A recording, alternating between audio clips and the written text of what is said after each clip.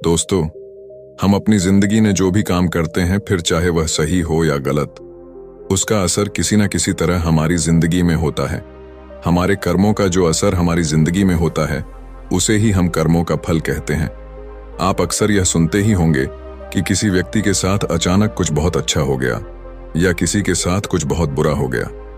और जब हम किसी से उस अच्छी बुरी चीज के होने की वजह पूछते हैं, तो वह लोग अक्सर यही कहते हैं कि सब उसके कर्मों का फल है। किसी के साथ कुछ अच्छा हुआ तो यानी उसने भी कभी न कभी किसी के साथ कुछ अच्छा ही किया होगा, और यदि किसी के साथ कुछ बुरा हुआ तो उसने भी कभी न कभी किसी के साथ कुछ बुरा ही किया होगा। कर्मों के फल से कोई भी इंसान कभी नहीं बच सकता। आज नहीं तो कल हमारे कर्मों का फल हमें मिलता ही है। तो इस बात में कितनी सच्चाई है, इस वीडियो के जरिए इस बात को हम समझेंगे। नमस्कार दोस्तों, स्वागत है। एक राज्य में एक राजा रहते थे। वह महान धर्मात्मा, न्यायकारी और परमेश्वर के भक्त थे। उन्होंने एक बार अपने राज्य में ठाकुर जी का मंदिर बनवाया और एक पंडित को उसका पुजारी नियुक्त किया। वह पंडित महान सदाचारी, धर्मात्मा और संतोषी था। वह राजा से कभी कोई याचना और ना ही कोई मांग करता था। राजा भी उसके स्वभाव पर बहुत प्रसन्न था। उसने राजा के मंदिर में पूजा करते हुए 21 वर्ष गुजार दिए। उसने कभी भी राजा से किसी प्रकार का कोई प्रश्न नहीं किया। कुछ समय बाद राजा के यहाँ एक बेटा का जन्म हुआ। राजा ने उसे महान विद्वान बनाने का सोचा। उसकी शिक्षा के लिए बड़े बड़े राजगुरु राजा के पुत्र को शिक्षा देने के लिए आते थे। राजकुमार अब 21 साल के हो चुके थे। राजकुमार अब युवक बन चुके थे।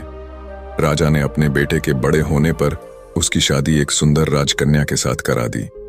शादी करके वह राजमहल आ गए। राजकुमार और वह राजकन्या अब दोनों खुश थे, लेकिन एक रात रात्रि में राजकुमारी को नींद नहीं आ रही थी। वह महल में इधर उधर घूमने लगी। जब अपने पति के पलंग के पास आई तो क्या वह देखती है कि हीरे जवाहरात वाली एक तलवार रखी हुई। जब उस राजकन्या ने देखने के लिए वह तलवार म्यान में से बाहर निकाली, तब तीक्ष्ण धार वाली और बिजली के समान प्रकाश वाली तलवार देखकर वह डर गई। वह डर के मारे उसके हाथ से वह तलवार छूट गई और राजकुमार की गर्दन पर जा लगी। राजकुमार का सिर कट गया और वह उसकी मृत्यु हो गई। राजकन्या अपने पति के मरने का बहुत शोक करने लगी। वह खूब रोई और दुखी मन से उसने परमेश्वर से प्रार्थना की, हे प्रभु, मुझसे अचानक यह पाप कैसे हो गया? मेरे पति की मृत्यु मेरे ही हाथों हो गई। आप तो जानते ही हैं, परंतु मैं किसी को भी यह सच नहीं बता सकती हूं, क्योंकि इससे मेरे माता पिता और सास ससुर को कलंक लगेगा तथा इस बात पर कोई विश्वास भी नहीं करेगा। सुबह जब पुजारी जी कुएं पर स्नान करने आए तो राजकन्या ने उसको देखकर जोर जोर से रोना शुरू किया और इस प्रकार कहने लगी कि मेरे पति को कोई मार कर चला गया। इतनी देर में सारे लोग इकट्ठे हो गए और राजा साहब आकर पूछने लगे, किसने मेरे पुत्र को मारा है? वह राजकन्या कहने लगी, मैं जानती तो नहीं कि कौन था, परंतु उसे ठाकुर जी के मंदिर में जाते देखा था। तुरंत राजा समेत सब लोग ठाकुर जी के मंदिर में आए तो पंडित को पूजा करते हुए देखा। उन्होंने उसको गिरफ्तार कर लिया और राजा ने पूछा, तुमने राजकुमार को क्यों मारा? पंडित ने कहा, मैंने राजकुमार को नहीं मारा। मैंने तो उनके राजमहल में भी कभी नहीं गया और ना ही कभी देखा है। इसमें ईश्वर साक्षी हैं। महाराज, बिना देखे किसी पर अपराध का दोष लगाना ठीक नहीं। हे, पंडित की तो कोई बात ही नहीं सुनता था। कोई कुछ कहता था तो कोई कुछ। राजा के दिल में बार बार विचार आता था कि यह पंडित निर्दोष है, परंतु बहुतों के कहने पर राजा ने पंडित से कहा, मैं तुम्हें प्राण दंड तो नहीं देता, लेकिन जिस हाथ से तुमने मेरे पुत्र को तलवार से मारा है, तुम्हारा वह हाथ काटने का आदेश देता हूं। ऐसा कहकर राजा ने उसका हाथ कटवा दिया। इस पर पंडित बहुत पीड़ा हुई। वह कुछ दिन दुखी रहा और राजा को अधर्मी मानने लगा। उसके बाद उस राज्य को त्याग कर चला गया। वह खोज करने लगा कि कोई विद्वान ज्योतिषी मिले तो बिना किसी अपराध के हाथ कटने का कारण उससे पूछूं। किसी ने उसे बताया कि यहां से कुछ मील दूर गांव में एक विद्वान ज्योतिषी रहते हैं। तब वह पंडित उनके घर पर पहुंचा। ज्योतिषी कहीं बाहर गए थे। उसने उनकी धर्म पत्नी से पूछा, माता जी, आपके पति ज्योतिषी जी महाराज कहाँ गए हैं? तब उस स्त्री ने अपने मुख से अयोग्य दुर्व शब्द कहे, जिनको सुनकर वह पंडित हैरान हुआ और मन ही मन कहने लगा कि मैं तो अपना हाथ कटने का कारण पूछने आया था, परंतु अब इनका ही हाल पहले पूछूंगा। इतने में ज्योतिषी आ गए। घर में प्रवेश करते ही ब्राह्मणी ने अनेक दुर्व शब्द कहकर उनका तिरस्कार किया, परंतु ज्योतिषी जी चुप रहे और अपनी स्त्री को कुछ भी नहीं कहा। बाद में वे अपनी गद्दी पर आ बैठे। पंडित को देखकर ज्योतिषी ने उनसे कहा, कहिए पंडित जी कैसे आना हुआ? पंडित ने कहा, आया तो था अपने बारे में पूछने के लिए, परंतु पहले आप अपना हाल बताइए कि आपकी पत्नी अपनी जुबान से आपका इतना तिरस्कार क्यों करती है, जो किसी से भी नहीं सहा जाता और आप सहन कर लेते हैं। इसका कारण क्या है? पंडित जी की बात सुनकर ज्योतिषी ने कहा, यह स्त्री मेरी पत्नी नहीं, मेरा कर्म है। दुनिया में जिसको भी देखते हो, अर्थात भाई हो या पुत्र, शिष्य हो या पिता, गुरु संबंधी जो कुछ भी है, सब अपना कर्म ही है।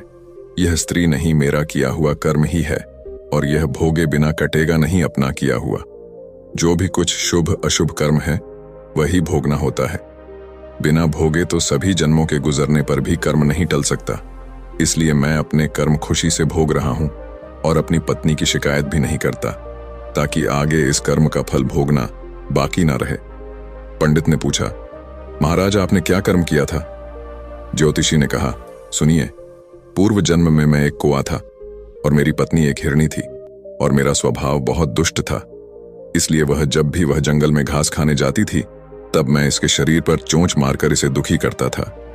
जब दर्द के कारण यह कूदती थी तो इसकी परेशानी देखकर मैं बहुत खुश होता था। मेरे डर के कारण वह जंगल से बाहर नहीं निकलती थी, किंतु मैं इसको ढूंढता फिरता था। ये वहां जहां मिले वहीं इसे दुखी करता था। आखिर मेरे द्वारा बहुत सताए जाने पर दुखी होकर यह गांव से 10-12 मील दूर जंगल में चली गई। वहां नदी के किनारे वन में हरा हरा घास खाकर और मेरी छोटों से बचकर सुखपूर्वक रहने लगी। लेकिन मैं इसके बिना नहीं रह सकता था। इसको ढूंढते ढूंढते मैं उसी वन में जा पहुंचा, और वहां इसे देखते ही मैं इसकी पीठ पर जोर से चोंच मारी तो मेरी चोंच इसकी पीठ की हड्डी में चुभ गई। इस पर इसने अनेक प्रयास किए, फिर भी चोंच नहीं निकली। मैंने भी चोंच निकालने का बहुत प्रयत्न किया, मगर ना निकली। पानी के भय से ही यह दुष्ट मुझे छोड़ देगा, ऐसा सोचकर यह नदी में प्रवेश कर गई, परंतु वहां भी मैं अपनी चोंच निकाल ना पाया। आखिर में यह घने प्रवाह में प्रवेश कर गई। नदी का प्रवाह तेज होने के कारण हम दोनों बह गए और बीच में ही मर गए। तब नदी के प्रभाव से यह तो ब्राह्मणी बनी और मैं महान ज्योतिषी बना। अब वही मेरी पत्नी हुई जो अपने मुख से गाली निकालकर मुझे दुख देगी, और मैं भी अपने पूर्व कर्मों का फल समझकर सहन करता रहूंगा। इसका दोष नहीं मानूंगा, क्योंकि यह किए हुए कर्मों का ही फल है, इसलिए मैं शांत रहता हूं। तब ज्योतिषी ने पंडित से कहा कि सब अपने कर्मों का ही बोलते हैं। तब ज्योतिष ने कहा कि हे पंडित जी, आपकी क्या समस्या है? पंडित ने अपना सब समाचार कहानी ज्योतिषी को सुनाई और पूछा, अधर्मी पापी राजा ने मुझ निरपराध का हाथ क्यों कटवाया? मुझे वह पाप की सजा मिली है जो मैंने किया ही नहीं। तब ज्योतिषी ने कहा, राजा ने आपका हाथ नहीं कटवाया, आपके कर्म ने ही आपका हाथ कटवाया है। तब पंडित ने कहा, किस प्रकार?